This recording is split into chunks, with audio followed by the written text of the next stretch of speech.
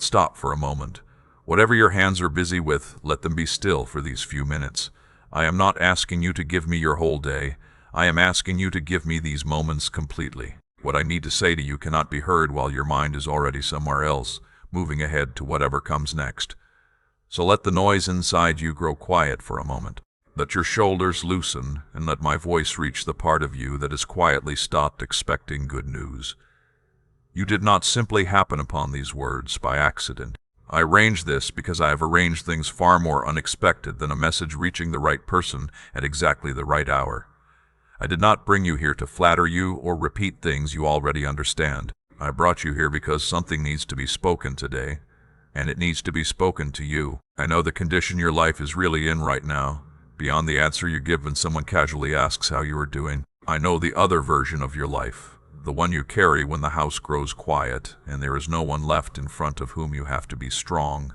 There is something you have been asking me for, something you have brought before me so many times that the words have become worn, like a stone held again and again in the same hands. Eventually you stopped saying it aloud. You folded that request away and placed it in a hidden corner of your heart, almost like someone folding a letter that was never answered. And in that quiet place, a thought began to take root. Maybe I stopped listening. Maybe I am being punished for something. Maybe I asked for the wrong thing, and this silence is simply my way of saying no without having to speak the word. Hear me clearly. That thought did not come from me, and it is not true. I did not stop listening to you, and I did not turn my face away from you. I have never used silence as a way to shame you. What happened is different, and you need to understand it now, because the way you have interpreted the silence has cost you more than the delay itself ever did. Some things in your life have been sealed shut. In the ancient world, a seal was different from a lock. A lock was meant to keep thieves out, while a seal was pressed into soft wax with a ring to show that something remained closed until the one with authority opened it. A sealed jar of oil was not empty. A sealed letter was not blank. A sealed tomb was not the end of the story. What was inside was already there, already full, already complete. It was simply waiting for the hand that had the authority to break the seal. There are 3 places in your life carrying that mark. The first rests over your provision, what comes into your hands, what remains there, and what seems to pass through your fingers before you can even close them. The second rests over the people beside you, the people who understand you and answer when you reach for them. The third rests over your purpose, the reason you were made, and the work connected to your life that no one else can do in exactly your place. 3 seals, 3 things held closed, and for years you have pushed against wax, as though you were pushing against stone. I am not going to tell you that every hard year was a lesson I deliberately designed to teach you, because that would make me cruel, and I am not cruel. I did not arrange your losses simply to make you stronger. Some of what happened to you happened because the world is broken, and because other people have wills of their own, and I hate what those things cost you just as deeply as you do. But this is what I will tell you: you were never overlooked while you waited. Not for 1 hour of it. There is a difference between a person who has been forgotten and a person who is being held, even though from the inside, those 2 experiences can feel almost identical. You have been held. I have been closer to you during this last year than in any other year of your life. And you cannot feel that closeness because pain can fill so much of your inner world that it leaves almost no room to notice what is standing beside you. Long ago, I told a man named Habakkuk to write down what I showed him. Write it clearly, I said, so that someone running past can read it. The vision is for an appointed time. It speaks of the end, and it does not lie. Even though it seems to take a long time, wait for it, because it will surely come, and it will not be late. Pay attention to what I did not say. I did not say it would come quickly. I said it would not be late. There is a difference between those 2 things, and that difference is the place where you have been living. So this is what I am asking of you in these next few minutes. Stay. Do not walk away halfway through and leave the wax unbroken. Do not make your decision ahead of me about what this can mean for you and what it cannot. And when I speak something good, do not allow that old thought to speak first, because it has been given the first word in your heart for far too long. I am going to take these 3 seals one at a time, in order, and I am going to tell you plainly what has been sitting behind each one, because you have a right to know what is yours. But first, understand how this may come to you, so that you do not overlook it while looking in the wrong direction. You are expecting thunder, something loud enough to settle every argument, something undeniable enough that everyone who doubted you will have to admit they were wrong. I understand why you expect that. When someone has been disappointed enough times, they begin to crave proof so clear that nobody can explain it away. But that is usually not how I move. Elijah stood on the mountain, and I sent a wind powerful enough to split the rocks. I was not in the wind. Then came an earthquake, but I was not in the earthquake. Then came fire, and I was not in the fire either. After the fire came a low, quiet voice, and there I was. A woman once moved through a crowd and reached out to touch the edge of a garment without saying a word, and in that moment, everything in her changed. I am often the quiet thing in the room, so do not stand there waiting for a shout while I am speaking softly right beside you. Something is about to shift in your life, and it may come without any announcement at all. It may look like a conversation that suddenly goes differently from every conversation before it. It may look like a door opening on an ordinary Tuesday for a reason you cannot yet explain. It may even feel like a weight lifting from your chest while you are standing at the sink washing dishes. You may stop there with your hands still wet and wonder what just happened. That is me. Learn to recognize me. And if your heart is still here with me, say your amen right now, out loud, wherever you are. Now let us come to the first seal, the one resting over your provision. You know this one more intimately than the other two, because you have been pressing against it for longer than you want to admit. You work, and then you work again, yet somehow the ground beneath your feet never seems to rise. Money enters your hands and disappears through a place you cannot seem to locate. One thing breaks, just when you think you've caught your breath, and then something else has to be paid back. You have sat at the kitchen table doing the same arithmetic more times than you would ever tell anyone, moving those same small numbers around and quietly hoping that somehow they will add up differently if you look at them one more time. I want to tell you something about this that you may have needed to hear for years. Your lack was never a judgment placed over your life.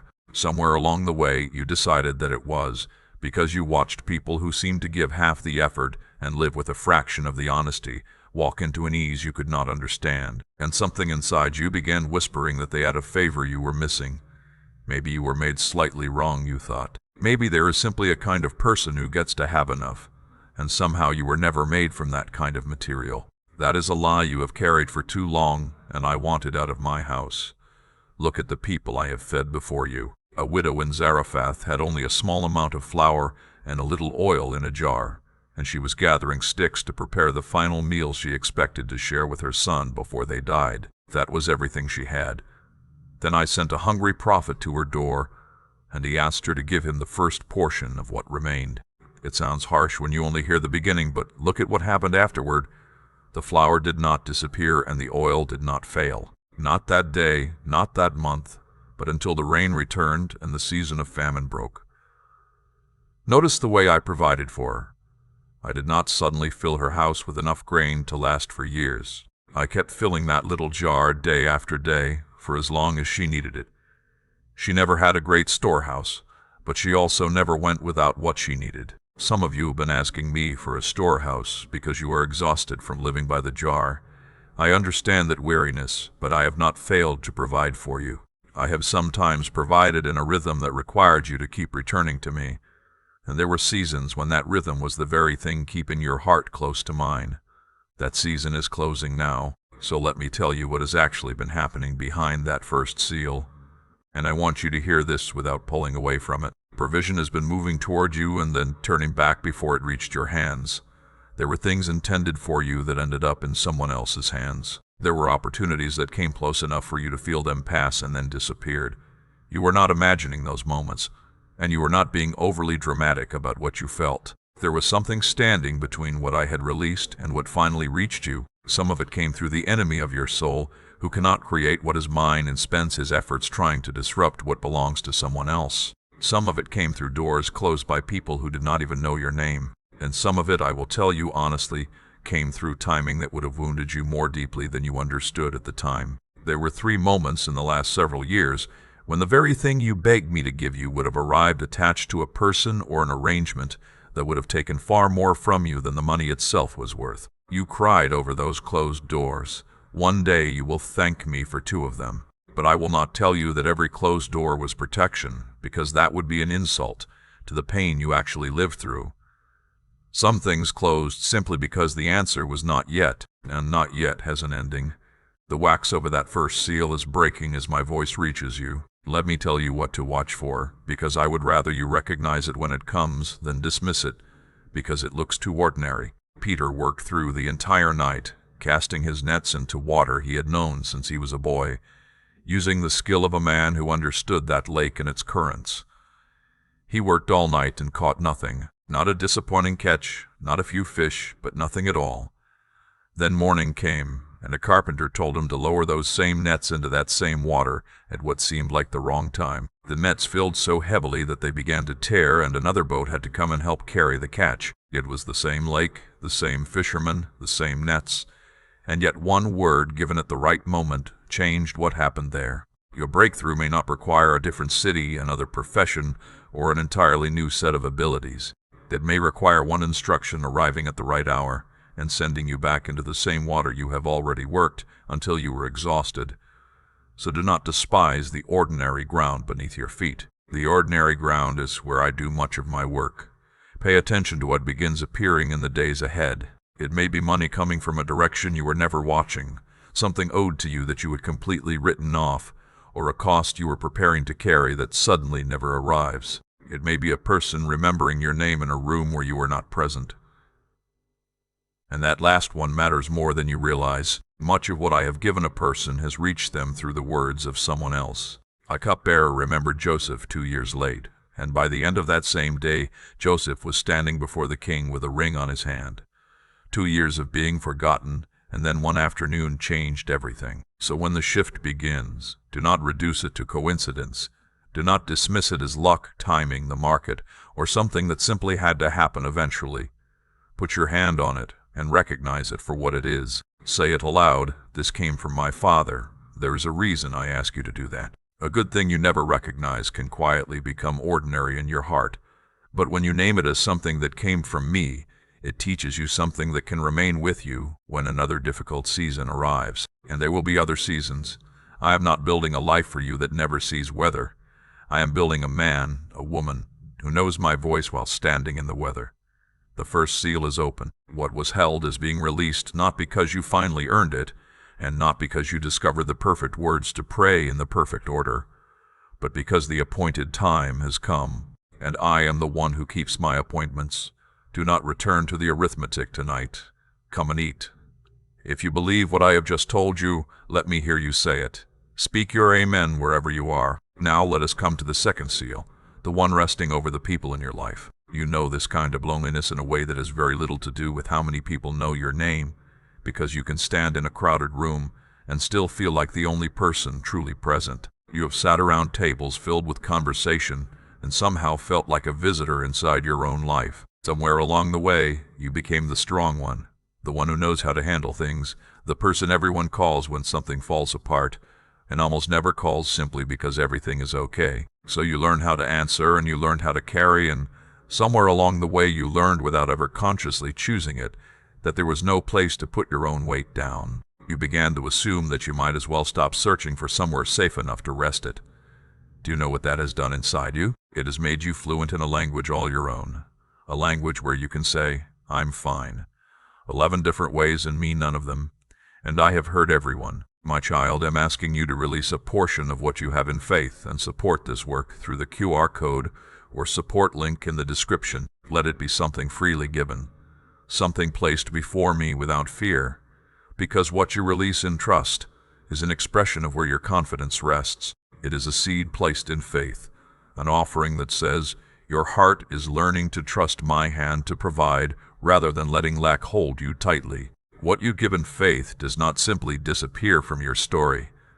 It moves forward into the harvest I am preparing, and it reveals something in you about what you truly trust. Now let me show you what has been behind this second seal, because it is different from what you have assumed. You have thought the problem was that no good people ever came, but people have come and gone, and some of them were sent by me while you could not recognize them because you had already decided what help was supposed to look like. You were waiting for someone to rescue you, while I was bringing someone who would simply sit beside you. Those two things are very different, and sometimes the quieter gift is the one that carries the greater weight. Job had 3 friends, and when they heard what had happened to him, they came from different places and found him so changed by grief that they barely recognized him. They tore their clothes, sat down beside him, and stayed there for 7 days and 7 nights without saying a word, because they could see how deep his suffering was. That silence became one of the kindest things they ever gave him. The moment they began trying to explain his pain, they became another burden for him to carry. So understand what I am telling you about the people I am bringing near. They may not come with the ability to repair what has been broken, or solve every problem in front of you, but they will sit down beside you. And when those people arrive, do not compare them to the ones you once hoped would come and fix everything. There was a man named Saul who had persecuted my people, driven them from their homes, and watched their suffering with approval. And then I met him on a road and changed the direction of his life completely. When Saul came back to the very people he had once harmed, they were afraid of him, and who could blame them for that fear? They did not know whether his change was real, but one man believed him, and Barnabas took him by the hand, brought him in, and told the others what had happened on that road. One man stood beside another when everyone else was still uncertain. So much of what followed in the story of my people was made possible because someone was willing to stand beside a person whom everyone else was afraid to trust. I am sending you a Barnabas, not a crowd. One person is enough, so do not overlook the smallness of one. And I want to speak honestly about the other side of this, because you have already begun to feel it happening. Some people are leaving your life, and I am not stopping them. You have noticed the thinning, the unanswered messages, the friendship that once felt effortless, and now seems to require work that only you are willing to give. Invitations that used to come have become rare, and you have lain awake wondering what you did wrong. Often you did nothing wrong. A departure is not always punishment, and a closed door is not automatically rejection. Some rooms were making you smaller, and you had become so accustomed to the low ceiling that you began walking bent over even after you stepped outside. I will not leave you forever in a place where you have to reduce yourself simply to remain welcome. If someone can only remain close to you while you stay beneath who you are, then their leaving does not have to become the loss you think it is. Sometimes it is a door being held open. Grieve what hurts, honestly. I am not asking you to pretend that losing someone does not wound you, or that every goodbye should feel easy, but do not run backward down a road I have closed, simply because the familiar road feels safer than the unknown one. Do not apologize for growing just because someone was more comfortable with the version of you that stayed small. Now listen closely, because this is at the heart of the second seal. Ruth was a foreigner and a widow with very little, and her mother-in-law told her plainly to return home, because she could see no future for Ruth on the road ahead. She expected poverty and uncertainty, but Ruth refused to leave, saying that wherever her mother-in-law went, she would go, and wherever she stayed, Ruth would stay. There was nothing obvious waiting for her there, nothing she could point to as a guarantee, and yet she continued walking.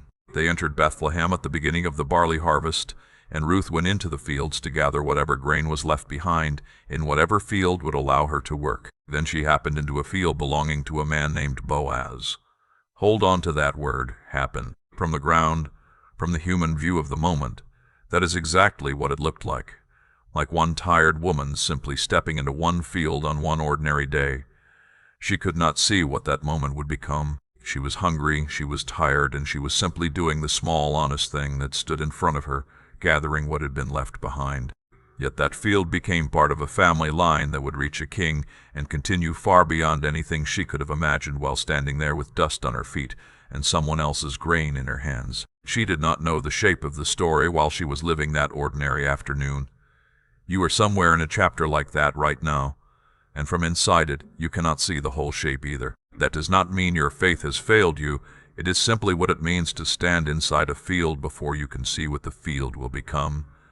The second seal is broken. The isolation ends, and someone is going to draw near to you and remain near. When that person comes, let them come close. Do not give them the 11 different versions of I'm fine. Tell one of them the truth and see what happens. You are not made to carry the whole weight of your life by yourself. I never asked you to do that, and I am relieving you of what you were never meant to carry alone. Now we come to the third seal, and this is the one you have struggled to put into words.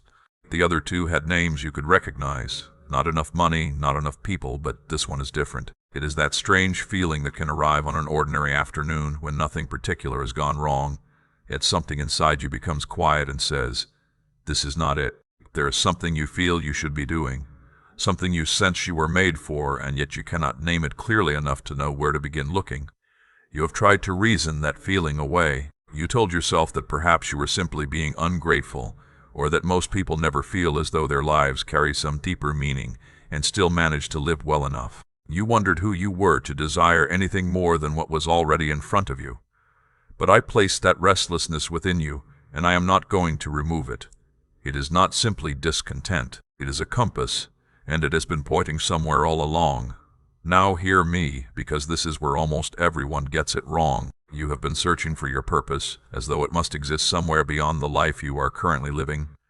In another city, another profession, another version of yourself who is more courageous, more rested, and less afraid of being seen.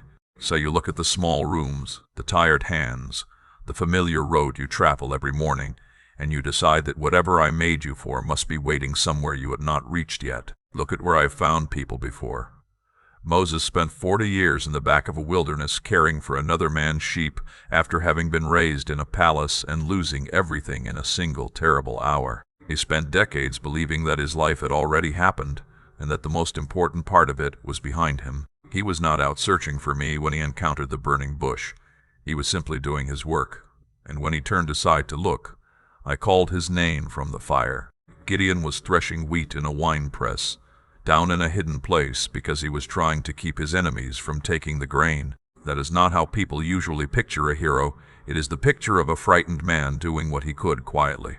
My messenger came and sat beneath the tree and called him, "The Lord is with you, mighty warrior," speaking those words to a man who was hiding in a pit. I do not call people according to what they appear to be managing in a particular moment. I call according to what I have placed within them, something they often cannot recognize for themselves, and something other people may never see at first. David was anointed as king in front of his family, and then sent right back to the sheep. Years passed, and he carried bread and cheese to his brothers on a battlefield while they spoke to him as though he were an irritating child. The anointing did not immediately change his address. His purpose was already present, even while his daily life still looked ordinary. So stop waiting for the feeling that tells you you are finally qualified, because that feeling was never the requirement. Moses argued with me about his speech, and Jeremiah told me he was too young, and they were both right about their own limitations while being completely wrong about what those limitations meant for what I could do through them. Now here is what has been behind this third seal. Your purpose is closer than you think, and it is smaller in appearance than you imagined it would be, which may be exactly why you have kept walking past it. You have been waiting for something large enough to explain all the weight you have carried, while the thing itself has been in your hands disguised as an ordinary ability. It may be in the way people tell you things they have never trusted anyone else, with the way you notice the person standing alone at the edge of a room, the patience you have with something that makes everyone else give up, or the work your hands seem to understand while others struggle with it. Those are not merely personality traits.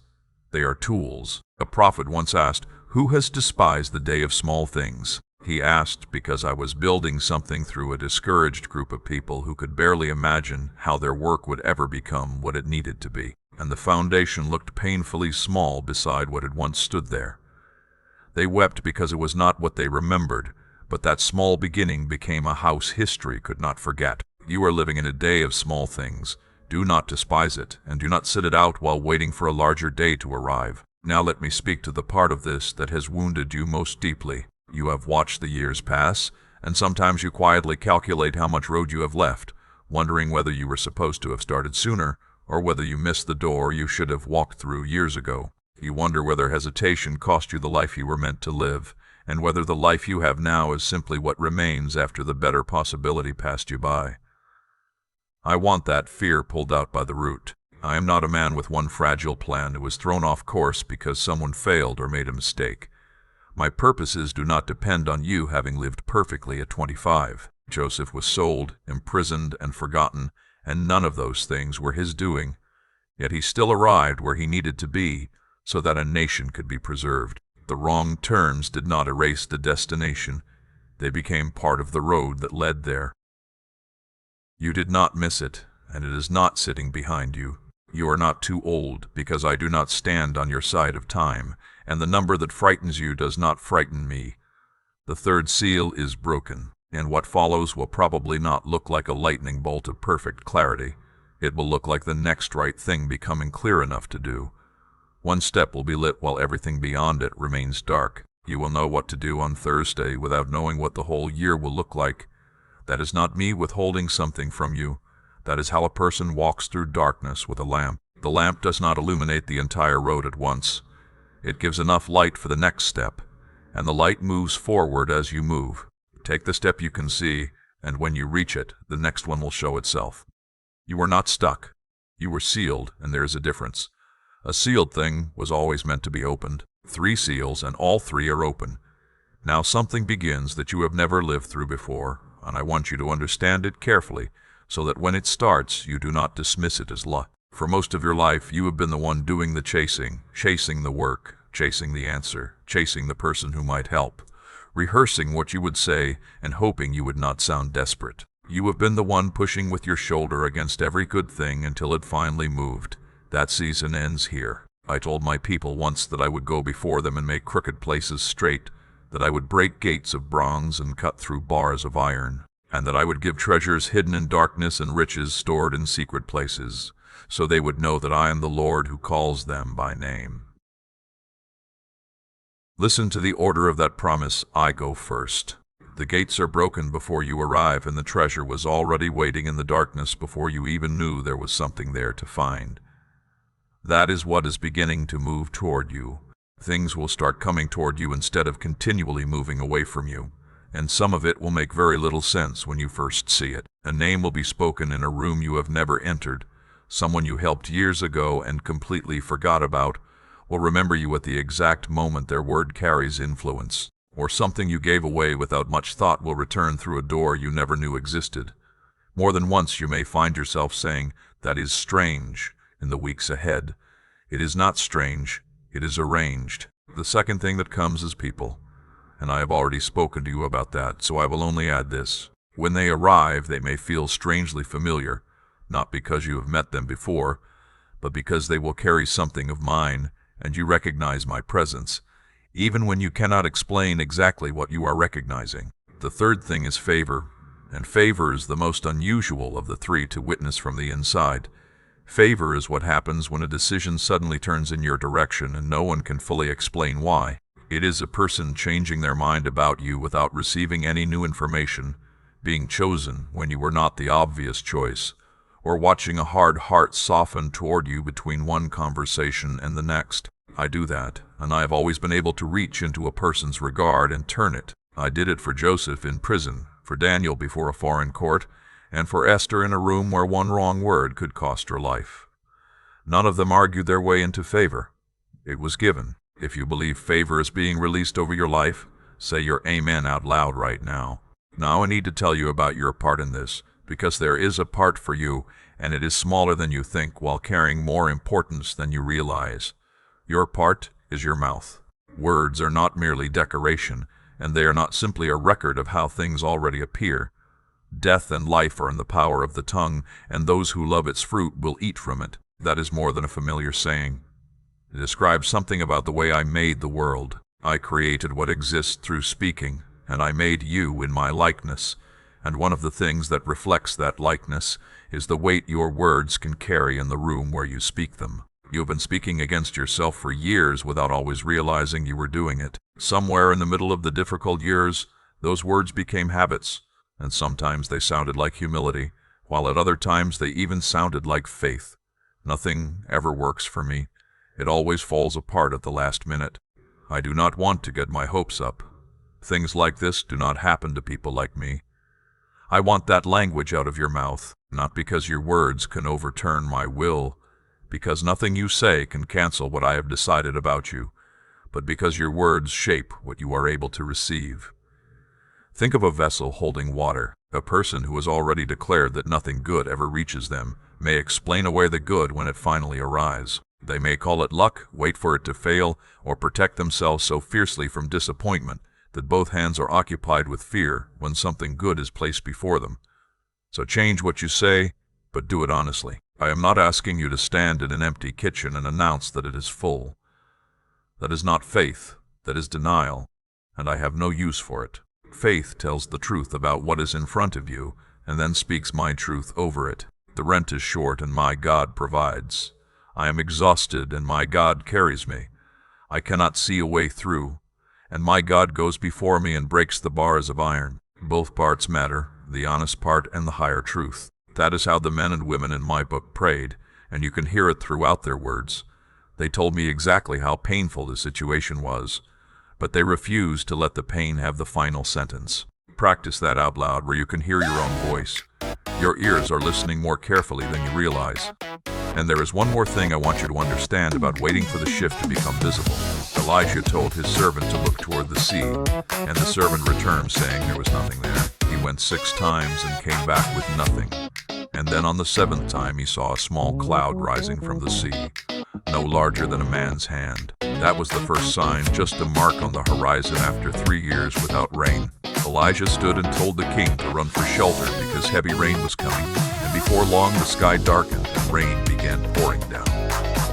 The first evidence is often no bigger than a hand, so do not sit waiting for the entire sky to turn black before you believe. Look for the small cloud, then respond as though the rain is on its way, because it is. Now I need to tell you something that will save you from a great deal of confusion in the days ahead, and I would rather you hear it from me before it happens than try to understand it afterward while you are standing inside it. There will be resistance, not because something has gone wrong, but because something has begun to change, and that change has been noticed. Nothing sealed is opened quietly. When a person begins moving toward the life I made for them, the ground they are leaving does not always release them without resistance. Pharaoh did not simply watch my people walk away. He got into his chariot and pursued them, and they were not being punished because they had left. They were being pursued because they had left. So when difficulty rises, do not turn around and decide that you must have misunderstood me. This is what it may look like so that you can recognize it while you are standing in the middle of it. First, there will be voices. Someone close to you may hear the hope returning to your speech and gently try to lower it, calling that realism. Some will genuinely mean well, especially those who watched you fall before and remember what that season cost you. Do not become bitter toward them, but do not hand them your faith to keep safe for you either. They may guard it so carefully that when they return it, it is smaller than when you gave it to them. Second, there may be disorder. Several small things may fail in the same week with timing so strange that it feels deliberate. Something breaks, someone becomes sick, an old argument suddenly opens again for no clear reason, and it can feel as though the ceiling is falling at exactly the moment you had finally begun to look upward. That is noise, and noise has one purpose: to fill your attention until you forget what you are reaching for. There are people walking freely right now who have no idea that someone prayed for them. I do not usually hand you that record before it's time, but I keep it. And I have not forgotten a single prayer. The ones you are still worried about, the ones who are far away, the ones you have almost stopped hoping for, are still in my hands. And I have not stopped working in their lives. I have never been late to a life in the way you have accused me of being, even when the waiting made it feel that way. So keep asking. You are not wearing me down, and your continued prayer is not an irritation to me. You are keeping the door open, and one day someone will walk back through it. Now hear the last part of what I need you to understand. You came here carrying something, and you have not laid every piece of it down. I am not asking you to accomplish that in one afternoon. I am asking you to leave here carrying it differently. The 3 seals are open. What was held over your provision has been released. What was held over the people around you has been released. And what was held over your purpose has been released. You are not stuck, and you never were. You were sealed, and sealed things are opened by the one who has the authority to open them. I have that authority, and I have used it today. So do not return to your life as though the wax were still unbroken. Some of what I have spoken will become visible sooner than you expect, while other things will take longer and will require you to remain steady through a stretch where you cannot see much happening. That does not mean I have changed my mind, because I do not change my mind. My steadiness is the one thing in your life that has never depended on how well you were doing. I know you were tired, and I mean the kind of tiredness that sleep alone cannot repair. I know the exact weight you have been carrying, and I am not disappointed in you because you feel it. Come to me anyway and bring the tiredness with you. You never had to arrive before me already full of strength, and you never will. You are not behind, and you are not too far gone. You are not some exception to my goodness, even though you may have quietly wondered whether perhaps you were.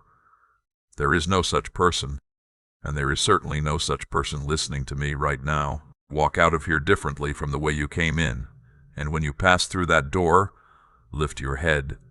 Speak to me like someone who is expecting an answer, because you are. Take the next step, the small one that is already visible to you, and leave the road beyond it in my hands. The greatest part of your life is not behind you. Whatever anyone has told you, whatever you have told yourself during the hardest hours, that part is still ahead of you. And I am already there, waiting for you to arrive. If your heart is saying yes to everything I have spoken over you today, then let your amen be the last word you speak before you go. And if you would like to support this message and help keep it going, you can use the QR code or the support link in the description or pinned comment.